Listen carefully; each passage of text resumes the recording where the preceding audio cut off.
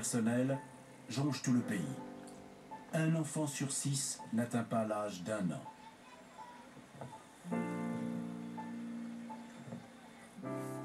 Quand on est en Angola, on a une espérance de vie de 42 ans.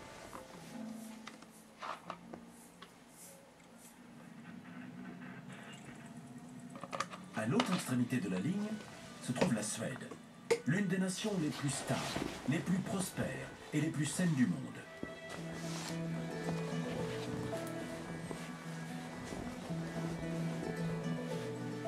Ceux qui ont la chance de naître ici peuvent espérer vivre plus longtemps que presque tous les autres habitants de la planète. Le Suédois moyen atteint gaillardement 80 ans. Le calcul est simple, un Suédois peut s'attendre à vivre près de 2 fois plus longtemps qu'un Angolais. Depuis que Yuri Gagarin s'est aventuré dans l'espace, l'espérance de vie a augmenté de 10 ans. Un véritable bond de géant. Et avec de plus en plus de pays en développement, elle ne cesse de croître chaque année. Nous repoussons les limites de la vie à mesure que notre espèce se renforce.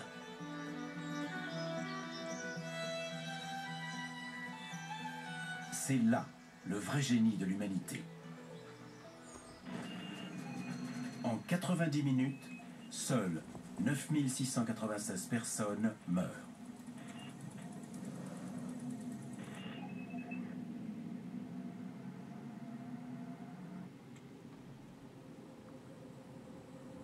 Durant leur mission de 6 mois à bord de la station, les astronautes tournent environ 2880 fois autour du globe.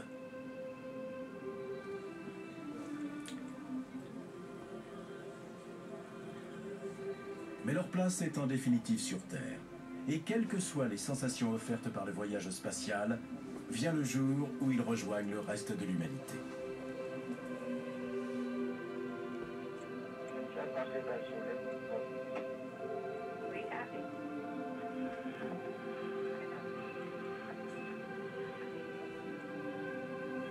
Moins de 200 personnes ont eu le privilège de séjourner à bord de l'ISS. Et chacune a vécu cette expérience comme un tournant dans son existence.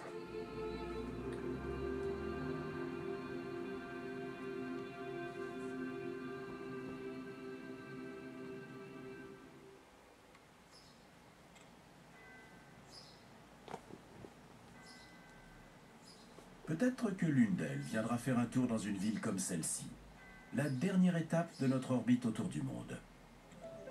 Nous sommes à Provins, à 80 km au sud-est de Paris. Comme le reste de la planète, les habitants de Provins n'ont pas conscience de la présence de la station au-dessus de leur tête. Certains vont travailler ou faire leurs courses.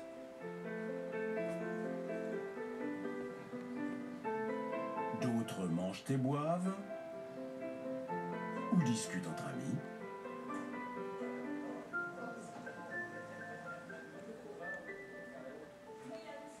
Leurs enfants sont à l'école. Comme dans toute autre ville, des gens meurent et des bébés naissent.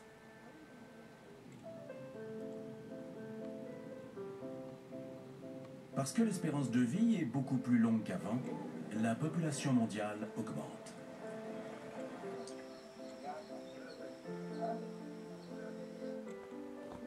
Depuis le dernier passage de la station, nous partageons la planète avec 13 323 personnes de plus. C'est à peu près le nombre d'habitants à Provins.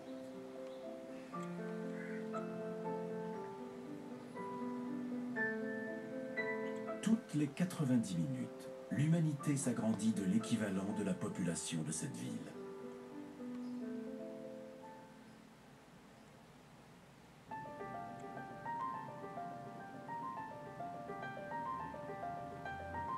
Depuis le premier voyage habité dans l'espace, c'est-à-dire en 50 ans, la population mondiale a doublé.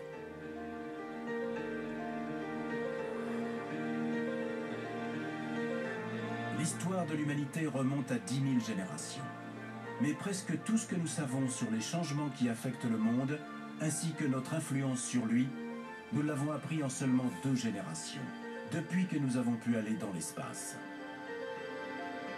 Découvrir que la Terre est bleue a été un choc, mais voir son isolement et sa fragilité a eu un impact bien plus profond.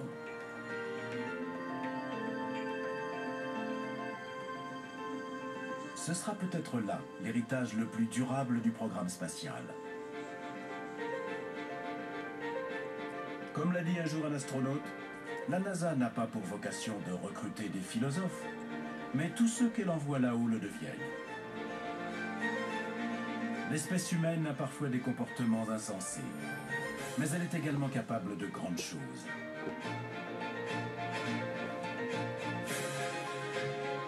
Nous avons la chance d'habiter la planète la plus agréable à vivre de tout l'univers connu. La préserver doit sûrement être dans nos cordes, puisque l'union fait la force et que nous sommes 6,8 milliards. Enfin, au dernier des comptes.